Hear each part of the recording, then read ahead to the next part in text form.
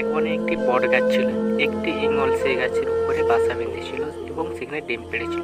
সেই গাছের নিচে একটি বুনো মুরগিও ডিম পেড়েছিল। একদিন ঈগলের ডিম নিচে পড়ে মুরগির ডিমের সাথে মিশে গেল। কিছু সময় পরে সেই ডিম থেকে ঈগলের বাচ্চা বের হলো এবং নিজেকে মুরগি ভেবে বড় হলো। বাকিটি মুরগির সঙ্গে সে বড় হয়েছে। একটি মুরগি যে কাজ করে সেও একই কাজ করে। সে মুরগির মতোই ঝাঁকুনি দেয়, মাটি খুঁড়ে শস্য খায় এবং মুরগির যতটা উড়তে পারে তত উঁচুতেই সে উঠতে পারে।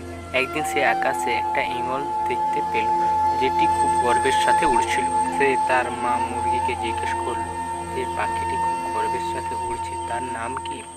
মুরগি মা উত্তর দিল, সেই পাখিটা একটা ঈগল।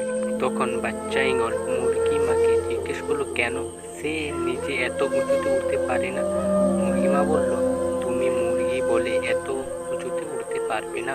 সে ঈগলটি মুরগি মার কথা মেনে মুরগির মতো জীবনযাপন করতে করতে একদিন মারা যায়। এই গল্প থেকে আমরা এই শিক্ষা পাই যে আমরা যাই ভাবি বা নতুন কিছু করার চেষ্টা করি না কেন, অন্যরা আমাদের এই বলে থামায় যে তুমি এটা পারবে না, এটা করতে পারে না, এবং আমরা আমাদের সিদ্ধান্ত পরিবর্তন করি এই ভেবে যে আমি সত্যি এটি করতে পারবো না এবং হাল ছেড়ে। এর প্রধান কারণ হলো নিজের প্রতি বিশ্বাস না থাকা, নিজের ক্ষমতার উপর বিশ্বাস না থাকা, নিজের কাজের প্রতি বিশ্বাস না থাকা।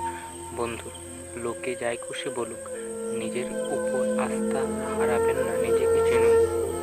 জয় নিশ্চিত হলে কাপুরুষেরাও লড়াই করে, তাদের সাহসী বলা হয় যারা পরাজয় নিশ্চিত হলেও হাল ছাড়ে। ভিডিওটি শেষ পর্যন্ত দেখার জন্য সবাইকে ধন্যবাদ এবং আরও এরকম ভিডিও দেখার জন্য চ্যানেলটি অবশ্যই সাবস্ক্রাইব করবেন, ভুলবেন না।